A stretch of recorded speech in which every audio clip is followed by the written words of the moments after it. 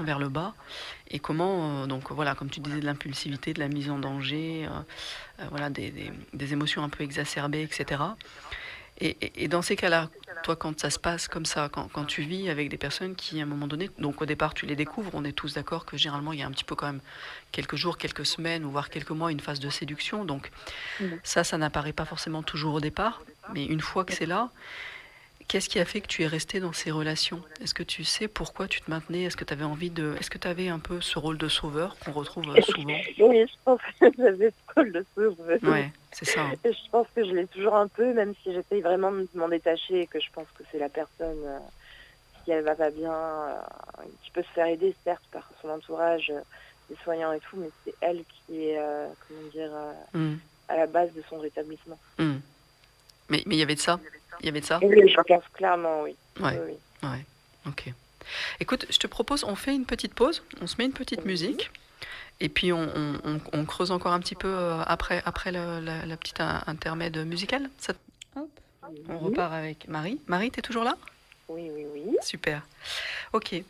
Donc j'ai fait une petite coupure et on était avant en train de parler du fait que potentiellement un des facteurs qui a fait que tu es resté avec ces personnes, c'est que il y avait un peu ce syndrome du sauveur.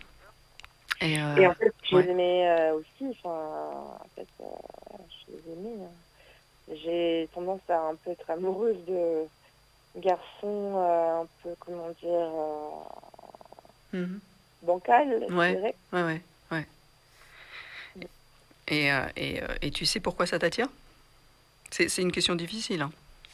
Bah, pourquoi moi ça m'attire? Ouais. Alors, je sais pas du tout. Je pense que si c'était simple, je me dis que ça serait. J'ai toujours aimé bien les situations compliquées Mhm.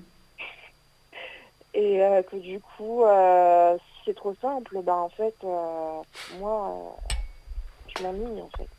Tu quoi? Je m'ennuie. Ouais, mais c'est ça. Mais c'est marrant, mais c'est intéressant. À la fois, c'est extrêmement usant d'être dans ce type de relation. Mm. Je pense que tu as visité beaucoup de désarroi, beaucoup de tristesse, tu vois, beaucoup d'incompréhension, etc. Donc à la base, c'est des émotions qu'on n'aime pas forcément visiter, qui sont pas très agréables à visiter, et que généralement on évite d'avoir à rencontrer. Mais pour autant, je pense que ces relations, elles sont quand même remplies de ça. Euh, voilà. Donc à la base, c'est des émotions pas très agréables, ou en tout cas des sentiments ou des situations pas très agréables. Et pourtant, on les recherche. Enfin, tu les recherches. Donc il y a vraiment une dualité. Et c'est intéressant de toucher ça du doigt et d'aller creuser un peu. Tu as été un peu creusé, non, pour voir pourquoi tu t'étais attiré par ça. Quand bien même, quand Bah, tu es je dedans, pense qu'il tu y te a dis, mais qu'est-ce que je fais là? je pense qu'il y a il y a par rapport à mon père que du coup je me Hmm. suis, même s'il n'est pas dit alcoolique, mais après tu sais en France le truc c'est que c'est très facile de dire que les gens sont alcooliques dès lors où ils boivent au moins un verre de vin par jour en fait. Donc, Ouais. Je sais pas. Je sais qu'il y a une définition qui est vraiment posée, hein, au niveau clinique, un examen clinique. Enfin, toi, il y a quelque chose qui définit vraiment ce qu'est l'alcoolisme. Alors je sais plus, je sais pas, je le connais pas exactement. Alors un verre, je suis pas certaine, mais il y a vraiment des cas typiques. C'est quand on boit seul le soir, par exemple chez soi, ou qu'on en est à boire seul. C'est plus pendant des événements festifs, c'est pas au cours d'un repas quand on partage un repas.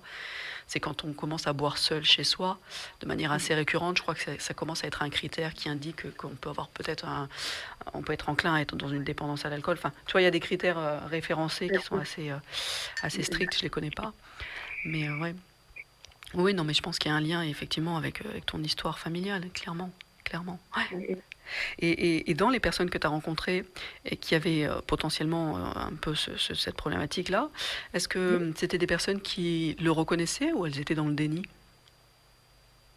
moi je pense que déjà le premier qui était horrible, qui a du coup pas mal bousillé ma vie parce que du coup derrière suite comme j'avais peur, enfin, énormément peur, enfin, j'ai développé un syndrome de l'intestin irritable, surtout qu'il y a eu des agressions sexuelles. Hmm. Je pense que lui, par exemple, il n'était pas vraiment dans le...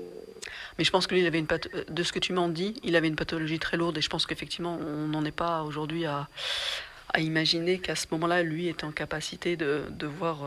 Ouais. Mais ceux que tu as rencontrés après, et par exemple le dernier, mais prenons l'exemple du Oui, dernier avec qui tu es resté 2 ans et oui. demi, est-ce que lui avait un regard un petit peu critique sur sa manière de consommer de l'alcool ou est-ce que pour lui c'était totalement ok?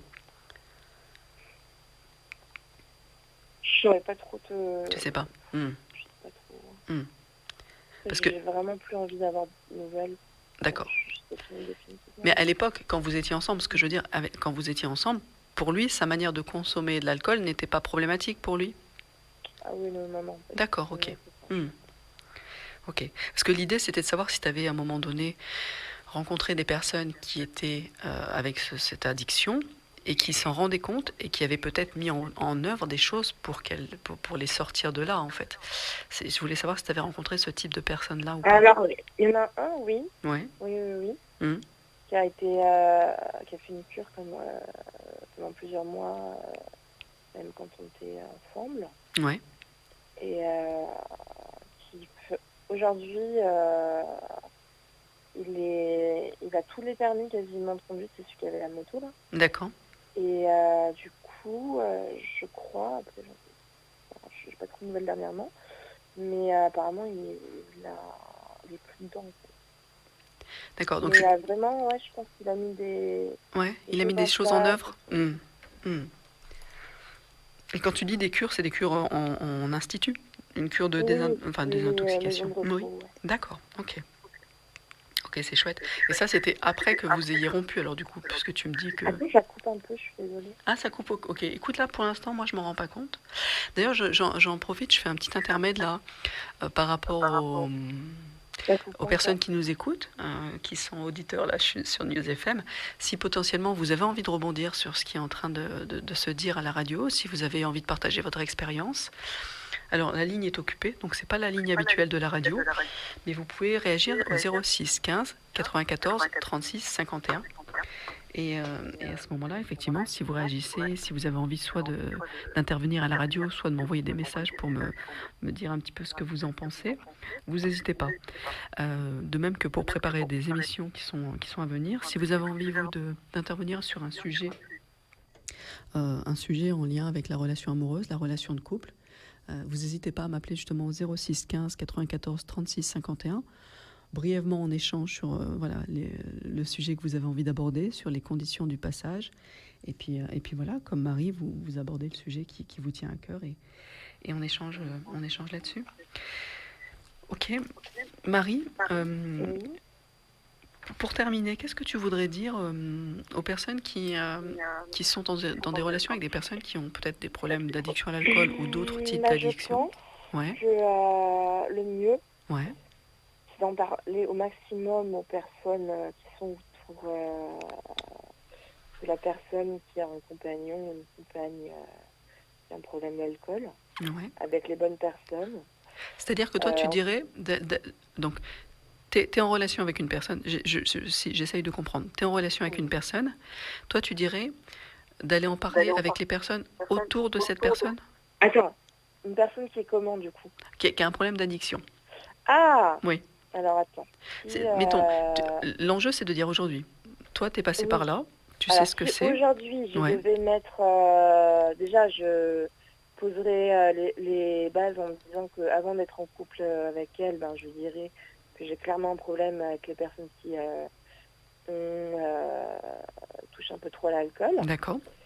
Et que du coup, ça a été souvent le principal motif de rupture de la plupart de mes relations. Mmh. Et puis, par contre, moi je fais une formation de père aidant en santé mentale. Oui. Et on a vu la réduction des risques en alcool. Oui. On a vu que du coup, le fait que quelqu'un arrête totalement l'alcool, c'était pas bon du tout. Qu'on pouvait, à la place de lui enlever totalement ce produit-là, qu'elle en boive moins. Oui. Alors, est-ce que tu connais, justement, peut-être pour des personnes qui nous écoutent, est-ce que tu connais une association ou je ne sais pas, un centre qui peut aider, ou un site internet qui peut aider des personnes qui souffrent d'addiction à l'alcool? Est-ce que tu... Alors, ça s'appelle la RDR Santé. RDR, c'est réduction des risques santé. Oui. Et qui est d'ailleurs avec Emmanuel, il me semble, c'est La Tourte. Je vérifie ça tout de suite. Oui, c'est ça. responsable du déploiement. Je me dépêche. Mais en fait, si tu peux nous donner un site internet ou quelque chose comme ça, où que les personnes puissent aller voir. Je crois que ça s'appelle Santé, Ouais. parce que du coup, c'est Santé. J'essaie de le regarder. Hein. Bah, en fait, on va faire vite, Marie. Oui, Simplement. je me dépêche. Ouais. En fait, réduction des risques alcool, Emmanuel Latourte. Ouais. Et en tout cas, voilà, j'ai pas le site directement, mais c'est D'accord. l'association D'accord. Santé, Alcool et RDR. D'accord. Et là, effectivement, c'est quoi? C'est une association? C'est un centre de Bah, santé? du coup, c'est une dame qui a été, concernée par la problématique D'accord. et qui essaye vraiment de faire des formations, par exemple dans les XAPA, parce que les XAPA, c'est des centres contre les addictions, D'accord. pour aider les personnes dans les addictions. Mhm. Et voilà. Ouais. Après, tu as aussi les pères aidants qui sont des médiateurs de santé père. Mhm. C'est des gens qui sont passés par des choses difficiles, D'accord. qui sont plutôt stabilisés Oui. et qui du coup père comme tout le monde, Oui. et aidant comme aidé, pas aidant comme dans. C'est bien. Donc, c'est-à-dire que c'est des personnes qui sont passées par des troubles addictifs, qui a priori Oui. les maîtrisent, sont dans la maîtrise, Oui. donc voilà, et Plutôt. qui donc aident, Oui. un peu comme les alcooliques anonymes où tu as un parrain en fait. C'est un peu Oui, ce tout à fait, système. c'est ça. D'accord. Mais du coup, ce qui est bien, c'est que c'est vraiment des gens qui ont été concernés Oui. et qui du coup font part de leur expérience Oui. et donnent vraiment de l'espoir comme quoi on peut s'en sortir. D'accord. Et alors quand tu dis ça, c'est père aidant, c'est quoi? C'est pareil, tu tapes sur internet père aidant, c'est une association, c'est quoi? Alors c'est la paire aidance, Oui. c'est père P comme Patrick, A Oui. comme Aurélie, père égal, tu vois. Oui. Et aidant comme aider, mais pas la danse en fait. C'est aidant comme aider son prochain, par Oui. exemple. Ok. Donc voilà, père aidance. Et ça, c'est quoi? C'est un centre particulier ou c'est partout en France? Qu'est-ce que c'est? On essaye de faire développer ça un peu partout en France. Mais je t'avoue que, par exemple, sur les autres pays comme le Canada, les États-Unis, l'Allemagne, l'Australie, la Belgique ou quoi, on est beaucoup plus loin sur ce genre de pratique. En France, on est à 30 ans de retard selon la Suisse. Et du coup, donc père et danse, on met père et danse sur internet et on tombe sur un site peut-être, ou pas? Après, faut regarder en fonction de la ville. D'accord, ok. Ils sont gérés par l'ARS, l'Agence régionale de la santé. Ok, ça marche. Ils peuvent voir aussi avec l'UNAFAM. Ouais. Et Union. Ouais, attends, Marie, on va en rester là, Oui. c'est bien déjà. Père et danse, c'est très bien. Plus ce que tu as dit tout à l'heure, Madame Latourte, c'est ça? Emmanuel Latourte. Emmanuel Latourte, voilà. Voilà, donc du coup c'est bien, on a donné quelques clés qui peuvent être utiles peut-être pour certaines personnes, c'est génial. Merci Marie d'avoir été dans ce concret-là, sur cette fin de témoignage, c'est super. Écoute, je te remercie parce que c'est un sujet qui est vaste, comme je disais en début d'émission, qui touche beaucoup de personnes. Alors sous la forme de l'alcool, mais ça peut toucher à plein d'autres sujets. Et pour les personnes qui en souffrent, comme pour les personnes qui sont partenaires dans la relation avec des personnes qui sont dans ces souffrances-là, c'est vraiment pas évident. Donc avoir des petites choses, des petites clés pour éventuellement aller trouver des interlocuteurs pour en parler, pour se faire aider, accompagner, c'est important. Donc merci pour ces clés que tu viens nous donner là. Père et danse, moi je crois beaucoup aux personnes qui sont passées par là et qui sont après moteurs pour aider les personnes à mettre du sens, à comprendre, à aller chercher des solutions. Et comme elles sont elles-mêmes passées par ces souffrances et ces incompréhensions et ces pertes de sens, etc. Surtout que je rajouterais une petite chose, c'est que on a vu que les médiateurs de santé pères et les pères aidants, ça diminue les hospitalisations forcées en tout cas. Mais c'est sûr, mais c'est sûr. Quand on est en souffrance, on a besoin d'être écouté, on a besoin d'être soutenu, on a besoin d'avoir quelqu'un sur qui on peut s'appuyer, qu'on peut appeler à peu près tout le temps, à toute heure du jour et de la nuit. C'est le rêve, c'est l'idéal. Mais voilà, c'est un peu, je pense que c'est un peu les parrains justement dans l'alcoolique anonyme ou la père aidance. Voilà, quelqu'un qui nous écoute, qui nous comprenne, qui ne nous juge pas parce que justement elle est passée par là. Elle connaît les affres de ces problèmes addictifs. Donc ça c'est vraiment chouette. Écoute, merci beaucoup Marie, merci pour ton témoignage, merci pour ton temps. Je vais proposer qu'on écoute on va se faire un petit intermède avec un sketch de Florence Foresti. Et Marie, tu es la bienvenue quand tu souhaites pour partager d'autres d'autres de tes aventures ou d'autres de tes expériences sur des sujets en lien avec la Pas de relation problème, ça amoureuse, marche. la Merci beaucoup relation de Delphine, couple. merci à la radio, et merci à